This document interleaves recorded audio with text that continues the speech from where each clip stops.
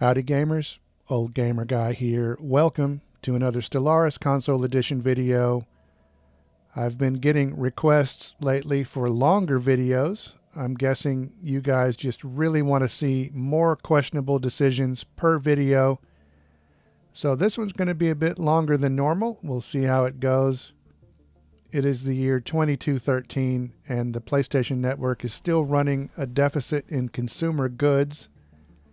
So we are working on a civilian industries structure, which should help with that. But I also notice that we are having a bit of unemployment going on. We are slowly trying to increase the size of our fleet, but we need a faster production of alloys to help with that. So looking back at Earth, unfortunately, the civilian industries building will not produce alloys, and producing alloys will not help with the type of unemployment we have going on, because we have unemployment in the menial drones area. If I understand this system correctly, then the drones, our POPs, will be promoted from menial jobs up to complex jobs, and so creating complex jobs will create a unemployment in menial jobs, and so you have to balance all that out. So for right now, what I'm going to do is start working on another mining district that will help with our menial job unemployment. If you remember, we just ran into a fallen empire in the last video. They are not completely hostile to us. But hold that thought, because we just established communications with the hierarchy of Bok, and I will be surprised if the hierarchy of Bok are not hostile to us, because they're just generally hostile, I've found. And there they are. They are a avian species that I created, and every time I've run into these guys in one of my games, they are always hostile. They're always troublemakers. Right now, they are calling us a depraved species, but they say as long as we stay out of their internal affairs and we treat their great leader, Supreme Bok Skrak, with reverence, there may yet be peace between our nations. So it's not entirely hopeless. Unfortunately, the Bok are located very close. I guess you would say that's to the south. And they are much more likely to become hostile to us than the fallen empire is. But I notice that no matter which way the Bok approach, they will have to pass through a particular star system to get into our space. So I'm going to send our construction ship down here to the Porobim system to construct a star base, and this might be a huge waste of time and resources, but at least maybe we can establish some kind of a defensive perimeter. I'm definitely not liking how spread out we are in comparison to the other empires we've met. That makes me feel like I'm doing something wrong. But oh look, the Bok have already closed their borders to us. Their first hostile act. We just found an anomaly that we're going to pass on for a little bit. Planetary surface settlement established.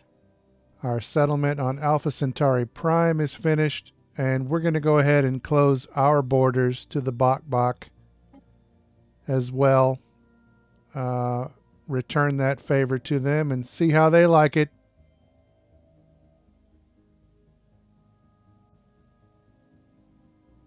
Construction complete.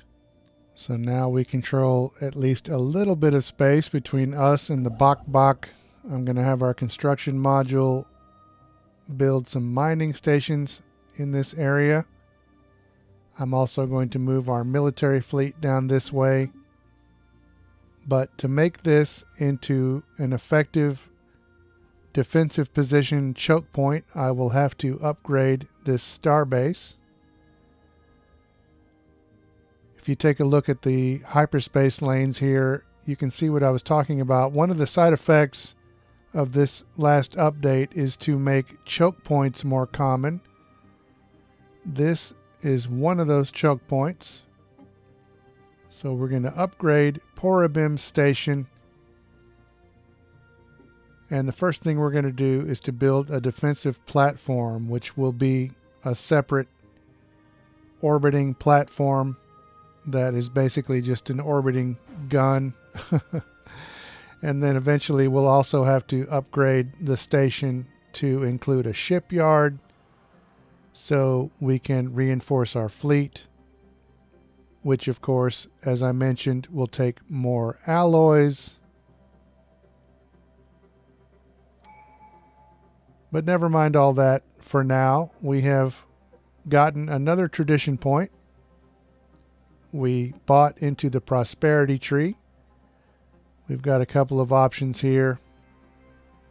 But we're going to go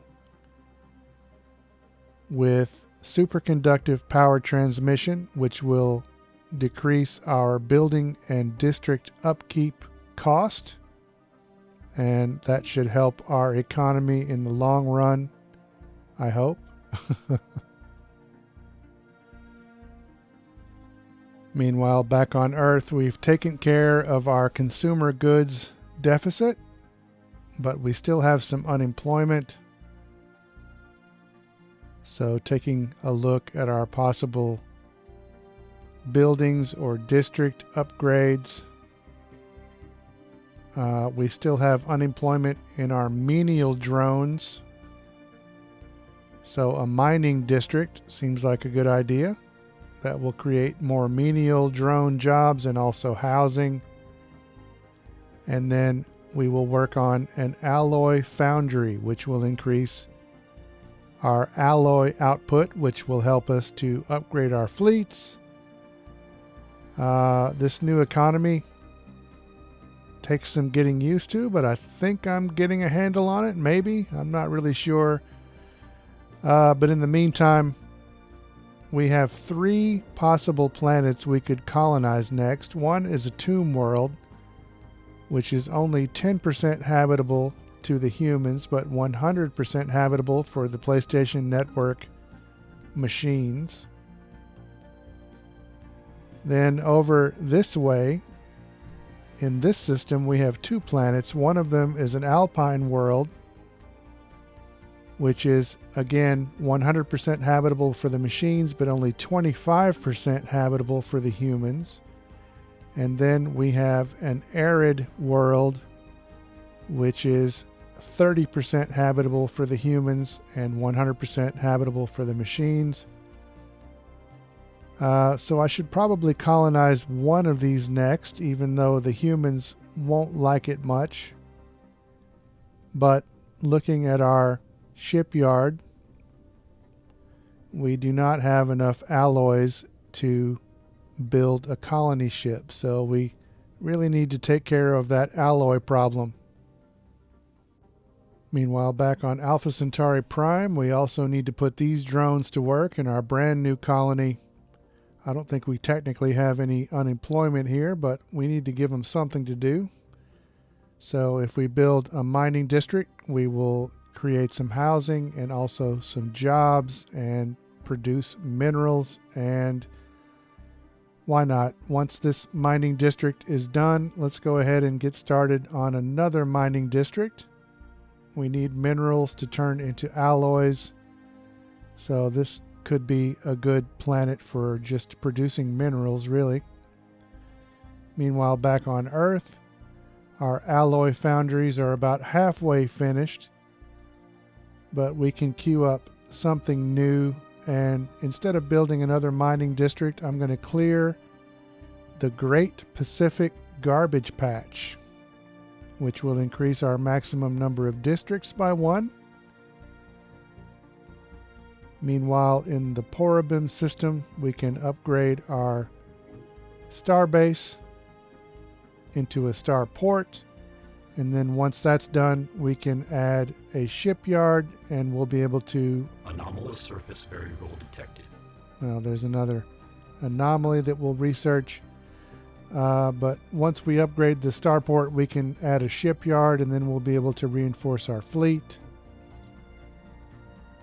But never mind that. One of our science ships has located an asteroid that was evidently used as a junkyard by someone at some point in the distant past. All manner of discarded machinery and metallic refuse has been deposited inside the asteroid's weak gravity well, being slowly pulled into the jumble of debris that now covers the surface. There is nothing of particular value to be found here, but a lot of the metal could be salvaged by a mining station. We should recycle what we can. Our fleet has reached the Poribim system, and they will hopefully protect us from the Bok along with our starbase as we upgrade it. But look at this. A report from our science ship says there is clear evidence that a massive space battle took place in close orbit of Wallius 6 at some point in the last 5,000 years. The surface on one side of the planet is pockmarked with craters from stray weapon blasts, and scans from the PSN Scientific Module 2 have picked up several hulks on the ground. Though these wrecked ships are all in very poor condition, the fact that anything remains at all after the damage they must have sustained is a testament to their advanced design. Science Officer Coadjutron 11 is preparing an expedition to sift through these derelict hulls for any valuable technologies. Intriguing. Situation log adjusted. Our other science ship also has a report. Apparently they found a machine, and further scans suggest the machine is still operational, though its purpose remains entirely unclear. Science Officer HelperBot Q7 has never seen anything like it. Some of its materials look familiar, but most are strange and utterly alien as the design of its components. The machine has what appears to be a console with one item in particular standing out, a large, crooked lever of unknown material. So I can either pull the lever or I can take it apart. So we have to pull the lever, right? Am I right? Of course I'm right. As our scientists pulled the lever, the machine emitted a huge blast of energy that multiplied in shock waves, twisting and rippling through the void, tearing open a wormhole in Procyon. After the residuous energy diffused, the wormhole and the immediate area around it settled and now appear to be stable enough for safe passage. As for what awaits us on the other side, our scientists are not so sure. The machine itself has since returned to its inactive state and no longer gives off any anomalous readings. So now we could take it apart or we could research the machine. I don't know about you, but I am leaning toward researching the machine. It could be a mistake. As always, all my decisions could be mistakes. But let's go ahead and research the machine. And there it is, the Procyon wormhole. As far as I know, as far as I understand, the wormholes are kind of like the gateways that we found in another nearby system, except the wormholes are naturally occurring, but both of them allow us to travel great distances very quickly. But for now, I think this is a good spot to leave off. This has been a longer video than normal, so let me know what you think about that. We'll pick it up right here next time, but for now, thanks for watching.